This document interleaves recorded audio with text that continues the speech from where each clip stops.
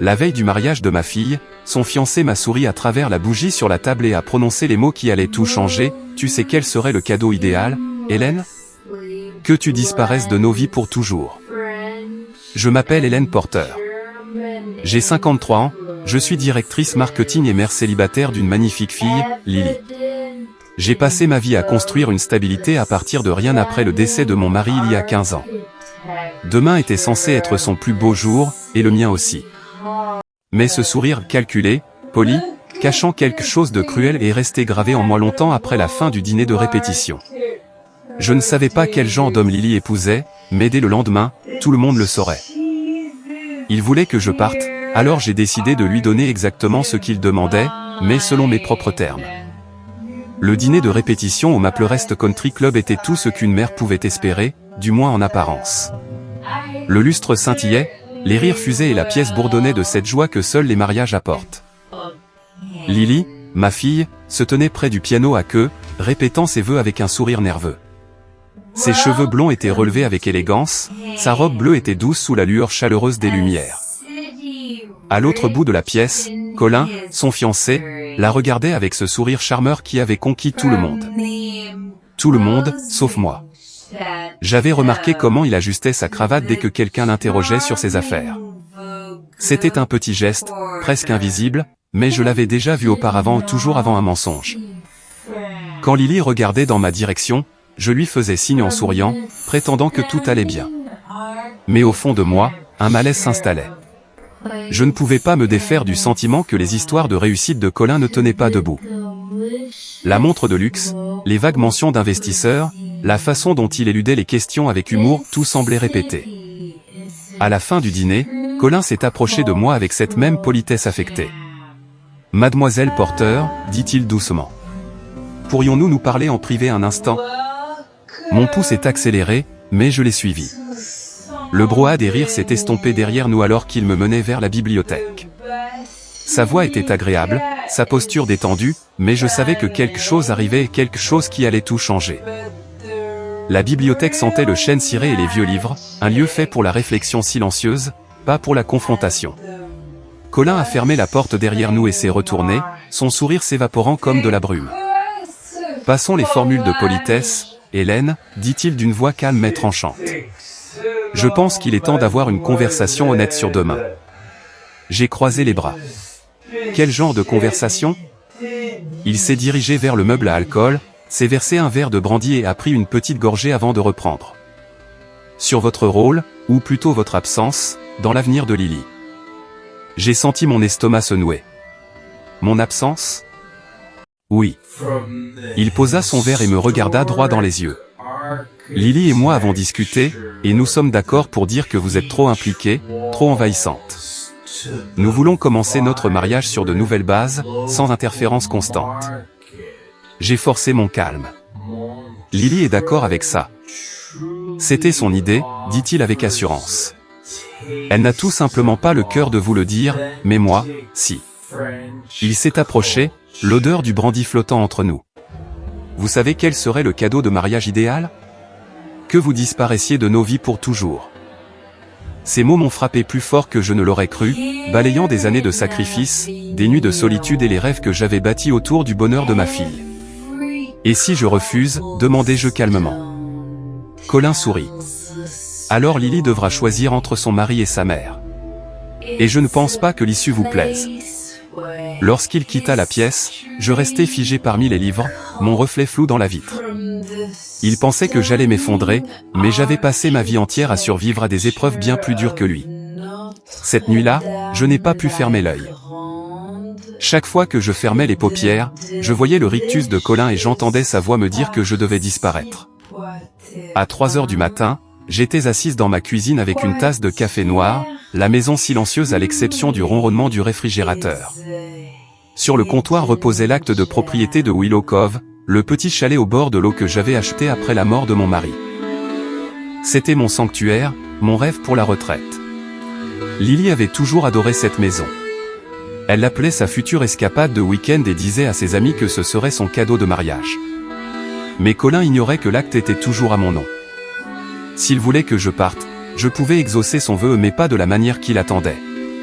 J'ai ouvert mon ordinateur et j'ai tapé un email à mon agent immobilier, mettez la propriété de Willow Cove en vente immédiatement. Fixez un prix pour une vente rapide. Offre au comptant privilégié. Ensuite, j'ai appelé la traiteur. Bonjour, Hélène. C'est Hélène Porter. Je sais qu'il est tard, mais j'ai besoin d'un petit changement pour demain. Pourriez-vous placer une enveloppe blanche à chaque place à table? Des enveloppes, demanda-t-elle. Qu'est-ce qu'il y a dedans? Des cadeaux d'invités, répondis-je avec un léger sourire. Très personnel. À l'aube, mon plan était prêt. J'ai imprimé 67 rapports, un pour chaque invité. 6 mois plus tôt, j'avais discrètement engagé un détective privé, Marcus Bell, après avoir remarqué des incohérences dans les récits de Colin. Il m'avait apporté plus que ce que j'espérais, dettes impayées, investissements ratés, fonds fiduciaires suspendus et des victimes qui avaient perdu des milliers de dollars en croyant aux promesses de Colin. Chaque enveloppe contenait des preuves, concises, indéniables, dévastatrices. Quand j'ai scellé la dernière, le soleil se levait sur le lac. Colin voulait que je disparaisse. C'est ce que j'allais faire, mais d'abord, je m'assurerai que la vérité apparaisse à ma place. Le matin du mariage s'est levé radieux et clair, le genre de journée d'octobre parfaite dont rêvent les photographes. Les oiseaux chantaient devant ma fenêtre comme si rien n'avait changé, mais tout était différent. À 8 heures, j'étais déjà prêt et en route pour le lieu de réception. La boîte d'enveloppe était posée sur le siège passager à côté de moi, soigneusement empilée 67 petites vérités déguisées en mots de remerciement. À l'entrée de service du country club, j'ai retrouvé Hélène, la traiteur, qui portait des plateaux de pâtisserie et de café. Ses yeux se sont agrandis en voyant la boîte. « Hélène, vous me rendez nerveuse », plaisanta-t-elle. J'ai souri. « Crois-moi, Hélène, cette journée sera mémorable. » Une enveloppe par place. C'était tout ce qu'elle avait besoin de savoir. Plus tard, dans la suite nuptiale, Lily était entourée de ses demoiselles d'honneur, son rire était léger et naturel. Elle était splendide, la joie pure incarnée dans de la soie blanche. Je m'assis tranquillement dans un coin, observant son reflet dans le miroir. « Maman, dit-elle en croisant mon regard. Et si quelque chose tournait mal aujourd'hui ?» Je me suis approché et j'ai serré sa main. « Parfois, chérie, les choses tournent mal pour les bonnes raisons. C'est peut-être l'univers qui nous protège. » Elle a ri, sans comprendre, mais son sourire a apaisé quelque chose en moi. Quand sa maquilleuse m'a interrogé sur mon discours pour la réception, j'ai simplement dit « Je pense que je vais laisser les enveloppes parler pour moi. » À 16 heures, les invités remplissaient la roseraie derrière le Maple Rest Country Club. Des rangées de chaises blanches bordaient l'allée, et une douce mélodie jouée par un quatuor à cordes flottait dans l'air. Lily s'avançait au bras de mon frère, James, radieuse dans la robe en dentelle de sa grand-mère. Son sourire rayonnait et, pendant un bref instant, j'ai failli laisser ma résolution vaciller. Puis j'ai vu Colin qui attendait à l'hôtel. Ce même sourire poli, celui qui avait trompé tout le monde sauf moi, barrait son visage. Il ressemblait à un homme qui croyait avoir déjà gagné. Alors que le pasteur commençait, « Mes chers frères, nous sommes réunis ici aujourd'hui », je pensais à une autre phrase, « Mes chers trompés ». Quand vint le moment, si quelqu'un ici s'oppose à cette union, j'ai senti tous les regards sur moi. Mais je suis restée silencieuse. La vérité n'avait plus besoin de ma voix. Elle était déjà écrite, scellée et attendait sur chaque table d'invités. Lorsque Colin a embrassé ma fille, les applaudissements ont éclaté. Lily rayonnait, le bonheur inondant son visage. Elle a croisé mon regard et m'a envoyé un baiser, j'ai souri en retour, le cœur lourd mais ferme. La cérémonie s'est achevée dans un flou de musique et de flashs d'appareils photo. Alors que la foule se dirigeait vers la salle de réception, j'ai murmuré pour moi-même, c'est presque l'heure. La salle de réception resplendissait de lumière dorée et de rire. Le champagne pétillait dans les flûtes. L'orchestre jouait doucement et les invités discutaient de la magnifique cérémonie.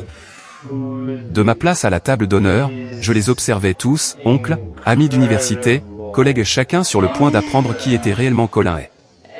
À 18h30, le maître de cérémonie a tapoté le micro. Mesdames et messieurs, avant de commencer le dîner, la mère de la mariée a préparé une petite attention pour chacun d'entre vous.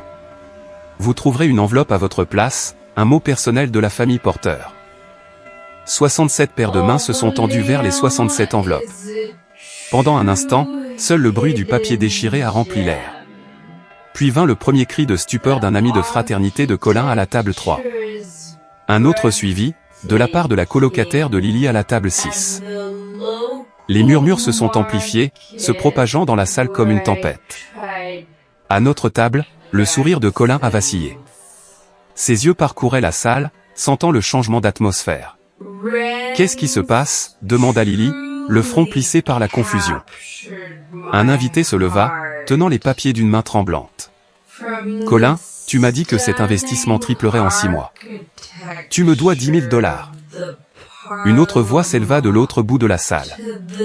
Il me doit 8 000 $ pour cette entreprise de photographie qu'il n'a jamais lancée. Puis une autre, et encore une autre.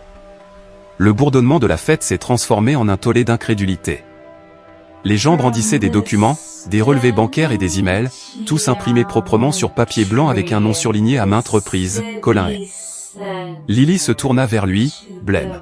« Colin, qu'est-ce que c'est que ça ?» J'ai levé mon verre de champagne lentement. « Des preuves, dis-je doucement. » Il me lança un regard noir. « Qu'est-ce que vous avez fait ?»« Je t'ai donné ce que tu voulais, » répondis-je. « Tu m'as demandé de disparaître. Alors, j'emporte avec moi tout ce que tu espérais obtenir, y compris le chalet au bord du lac que tu croyais déjà à toi. » La voix de Lily se brisa. « Tu l'as vendu ?»« Oui, dis-je. C'était ma maison, pas ton cadeau de mariage, et j'ai décidé qu'il valait mieux qu'elle appartienne à quelqu'un qui le mérite. » Partout dans la salle, les invités commençaient à appeler des avocats, leur téléphone éclairant la salle sombre. La vérité avait éclaté, et l'homme qui avait tenté de m'effacer était enfin effacé à son tour. À 19 h, la salle de réception ne ressemblait plus en rien au conte de fées que Lily avait imaginé. La musique s'était arrêtée, les rires s'étaient envolés. Les invités chuchotaient en petits groupes inquiets, tandis que d'autres serraient les papiers que je leur avais donnés. Colin se tenait là, pâle et transpirant à côté de ma fille, essayant de sauver le peu de dignité qui lui restait. « C'est un malentendu, bégaya-t-il. Hélène fait une sorte de dépression. » Avant que je ne puisse répondre, une voix grave coupa court à ses paroles. Une dépression ne s'accompagne pas de relevés financiers signés et de rapports de police. L'inspecteur Harris, un invité qui n'était pas de service et un ami de la famille, s'avança en tenant l'un des documents. « Vous faites l'objet d'une enquête discrète depuis des mois, Colin. Ce soir vient de nous faciliter la tâche. » Les mains de Lily tremblaient alors qu'elle se tournait vers moi. « Maman, depuis combien de temps sais-tu ? » « Assez longtemps pour te protéger, dis-je. Assez longtemps pour voir quel genre d'homme tu étais sur le point d'épouser. » Alors que l'inspecteur appelait du renfort, Colin tenta de partir, mais 2 agents l'interceptèrent à la porte. La foule observa en silence, stupéfaite, les menottes se refermer sur ses poignets. Il me regarda alors, les yeux injectés de fureur.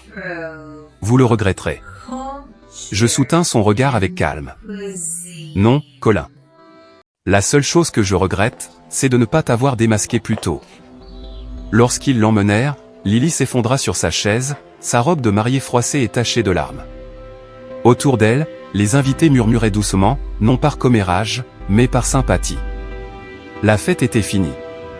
L'heure des comptes avait sonné. Des heures plus tard, la salle était presque vide. Les lumières étaient tamisées, le gâteau intact, et l'odeur des fleurs fanées remplissait l'air.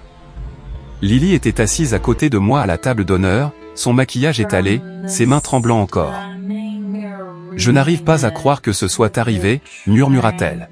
« Tout cela ressemble à un cauchemar. »« C'est fini maintenant, » dis-je doucement. « Tu es libre. » Elle regarda la bague de fiançailles qu'elle portait toujours, puis la retira lentement et la posa sur la table entre nous.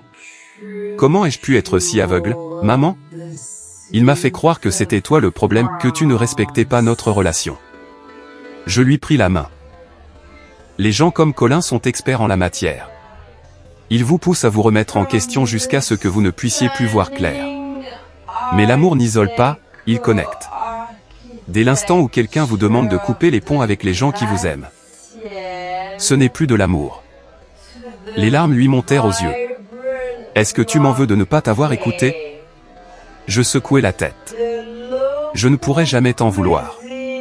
Tu avais besoin de voir la vérité par toi-même. Parfois, la douleur est le seul professeur assez puissant pour briser le sortilège. » Pour la première fois de la soirée, Elle posa sa tête sur mon épaule. Et dans les ruines silencieuses de son mariage, nous avons commencé à reconstruire ce qui comptait le plus, nous. 2 jours plus tard, j'étais assise à ma table de cuisine, entourée de dossiers, de tasses de café et de la sourde douleur de l'épuisement. La police avait saisi les ordinateurs, les téléphones et les documents de Colin, mais quelque chose dans son escroquerie semblait encore inachevé. Il y avait un schéma que je ne pouvais ignorer, des noms, des numéros et des comptes qui ne lui appartenaient pas à lui seul. Quand mon téléphone a sonné, j'ai reconnu la voix instantanément. « Hélène, c'est Marcus Bell. Je pense que vous devriez voir ce que j'ai trouvé. » Il arriva moins d'1 heure après, muni d'une enveloppe Kraft. À l'intérieur se trouvaient des photos de Colin rencontrant un autre homme dans le hall d'un hôtel, échangeant ce qui ressemblait à des dossiers et des enveloppes de liquide.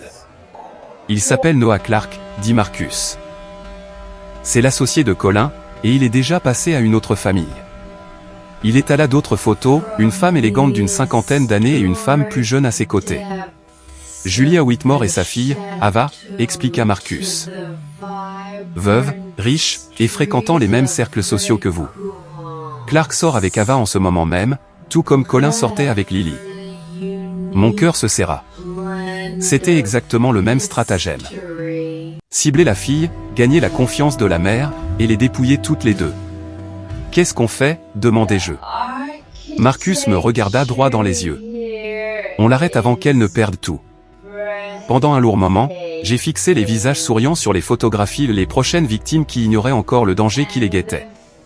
Puis j'ai hoché la tête. « Organise une rencontre avec Julia Whitmore.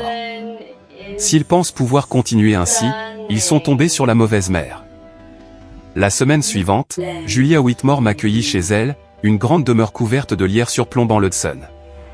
Elle était gracieuse, intelligente et gentille, le genre de femme en qui on a instinctivement confiance. Quand je lui expliquai qui j'étais et ce que je soupçonnais au sujet du petit ami de sa fille, elle ne voulut pas y croire. Aucune mère n'en a envie. Mais quand je lui montrai les photos de Marcus et les relevés bancaires liant Noah Clark à Colin, l'incrédulité fit place à l'effroi. « Ma fille l'adore, » dit Julia doucement. « Elle pense qu'il est parfait. »« Je comprends, » répondis-je. « La mienne aussi. » Ensemble, nous avons convenu d'un plan. Marcus installerait des caméras cachées dans la salle à manger de Julia. L'inspecteur Harris se posterait à proximité, et Julia inviterait Noah à dîner sous prétexte d'une soirée familiale décontractée. Je serais là en tant qu'ami du country club. Le soir du dîner, l'atmosphère était tout à fait normale. Chandelles, vin, rire. Noah était charmant, trop charmant. Il parlait de son cabinet de conseil et de ses clients à l'étranger, glissant toutes les mêmes phrases vagues que Colin avait utilisées. Quand Julia mentionna la fondation de son défunt mari, les yeux de Noah s'illuminèrent. Une cause comme celle-là mérite un investissement intelligent. Je pourrais peut-être vous aider à gérer ses comptes. La caméra de Marcus saisit tout, la lueur dans ses yeux, son assurance travaillée. Julia pencha la tête et demanda d'un air dégagé, « Es-tu allé à Stanford comme tu l'as dit à Ava ?» « Bien sûr, » répondit Noah avec aisance. « C'est étrange, » répliqua Julia d'un ton calme. « Mon frère y enseigne. Il n'a jamais entendu parler de toi. » Le silence qui suivit fut assez tranchant pour briser du verre. C'est alors que l'inspecteur Harris entra par la cuisine, son insigne bien visible. « Noah Clark, » dit-il d'un ton égal. « Je pense qu'il est temps que nous discutions de vos affaires et de votre associé, Colin Hay. » Noah se figea. Le masque se brisa. Et dans cet instant de stupeur, Ava comprit avec qui elle sortait réellement. Après cette nuit-là, tout s'est enchaîné rapidement. Noah Clark fut arrêté quelques heures plus tard, et son lien avec le réseau frauduleux de Colin fut mis à nu tel une toile d'araignée. Des dizaines de familles à travers plusieurs États avaient été victimes de leurs machinations. Julia et Ava firent des dépositions complètes, et leur coopération aida les enquêteurs à cerner l'ampleur de l'opération. Pendant des semaines après cela, j'ai continué à penser à toutes ces femmes qui n'avaient jamais eu la chance de découvrir la vérité avant qu'il ne soit trop tard, celles qui avaient perdu leurs économies, leur confiance ou leur foi en l'autre. C'est alors que l'idée de « seconde chance » a commencé à germer. Lily et moi avons utilisé l'argent de la vente du chalet pour ouvrir une petite fondation en ville. Nous offrions des conseils aux personnes prises dans des relations manipulatrices, des ressources pour les victimes de fraude financière et un réseau d'enquêteurs connaissant les signes avant-coureurs. Julia nous rejoignit au conseil d'administration, tandis qu'Ava se porta volontaire pour parler aux jeunes femmes qui avaient été ciblées. Ce qui n'était au départ qu'un acte de vengeance devint peu à peu quelque chose de plus grand, une mission pour protéger les autres. Un après-midi, Lily me dit doucement, « Maman, peut-être que tout perdre était le seul moyen de trouver notre véritable but. » J'ai souri. Peut-être que disparaître était exactement ce dont nous avions besoin pour revenir plus fortes. C'est étrange, la façon dont la vie fonctionne. L'homme qui m'avait dit un jour de disparaître a fini par se bannir lui-même, emmener les menottes au poignet, laissant seulement le souvenir des dégâts qu'il avait causés. Mais ce qu'il ne réalisait pas, c'est que sa cruauté m'avait apporté la clarté. J'avais l'habitude de penser que protéger ma fille signifiait la préserver de la douleur. Maintenant, je sais que cela signifie l'aider à affronter la vérité, peu importe à quel point cela fait mal. Le véritable amour ne vous demande jamais de vous effacer. Il ne vous isole pas et ne vous oblige pas à choisir entre les personnes qui tiennent à vous. Il reste à vos côtés même quand tout le reste s'effondre. Si vous m'écoutez et que quelque chose dans votre histoire vous semble faux, faites confiance à votre instinct. Notez les faits. Regardez de plus près. Vous pourriez bien vous sauver la vie. Merci d'avoir regardé. Si cette histoire vous a touché, partagez-la avec quelqu'un qui a besoin de l'entendre. Et n'oubliez pas d'aimer, de vous abonner et de nous dire d'où vous nous regardez.